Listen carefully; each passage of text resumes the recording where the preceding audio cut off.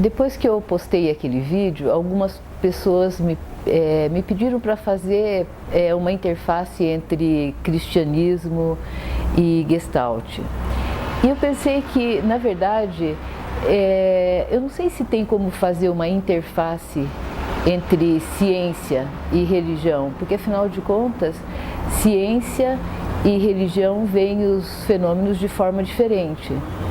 A religião, o cristianismo, né, tem uma busca na fé, né, se apoia na fé.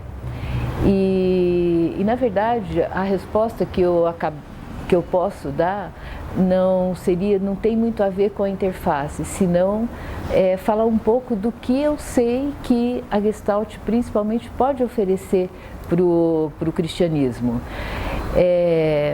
Normalmente, as pessoas que vêm para o consultório são pessoas que têm uma consciência crítica muito aguçada, são pessoas que se sentem muito acusadas, se sentem muito culpadas e muitas vezes uma culpa indevida. E isso acontece também no meio cristão, principalmente de pessoas que começam a ter acesso aos textos bíblicos.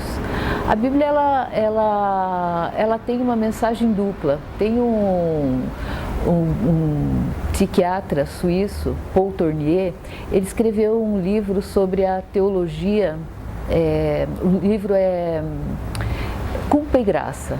E ele fala, né, dessa mensagem dupla que a Bíblia tem, usando uma metáfora muito interessante.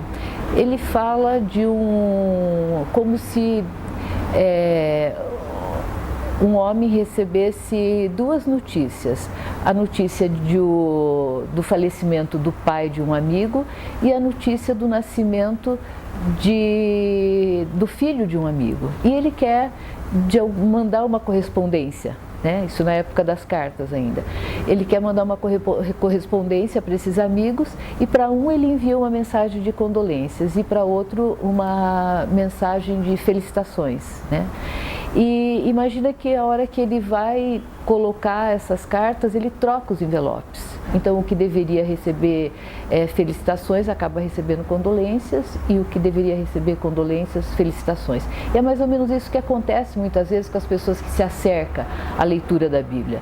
Elas acabam recebendo essa mensagem que deveria ser uma mensagem, né, de graça, de acolhimento, são as pessoas que acabam se sentindo mais condenadas.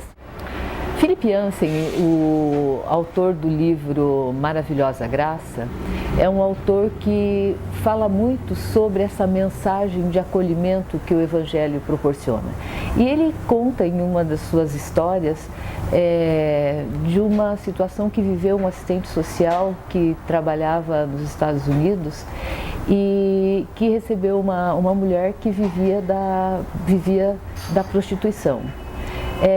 Ela se deu conta que o que ela demorava horas para fazer, em pouco tempo ela conseguia ganhar a mesma coisa usando uma filha que ela tinha de 2 anos. E quando ele viu essa situação, esse assistente social, quando viu essa situação, ele ficou tão desolado, ele não teve outra ideia a não ser perguntar para ela: você não frequenta uma igreja? Que tal frequentar uma igreja? Né? Aí ela diz assim, ela responde para ele: se eu já me sinto horrorosa sem frequentar uma igreja, imagina se eu fosse para lá. Né? Então hoje a gente confunde a religiosidade com a mensagem que vem do Evangelho, porque Jesus, quando ele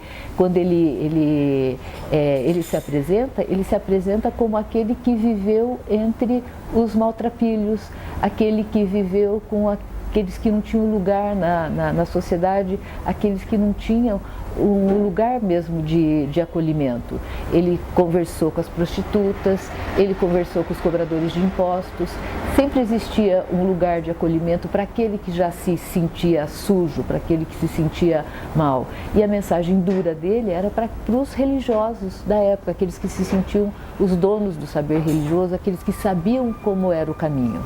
Então, nesse sentido, né, a mensagem do Evangelho combina muito muito com a mensagem, com aquilo que a Gestalt pode oferecer, né? Quando a gente ouve uma pessoa, quando a gente recebe uma pessoa, não só a Gestalt, mas deveria ser isso de qualquer abordagem terapêutica. Quando você recebe uma pessoa, a gente a vê sabendo que por mais difícil, por mais complicado que seja a situação que ela está hoje, por mais bizarros e estranhos os comportamentos, foi o que se pôde fazer naquele momento de vida, né? Ainda que o comportamento não tenha sido melhor, sempre houve por trás dele uma intenção positiva.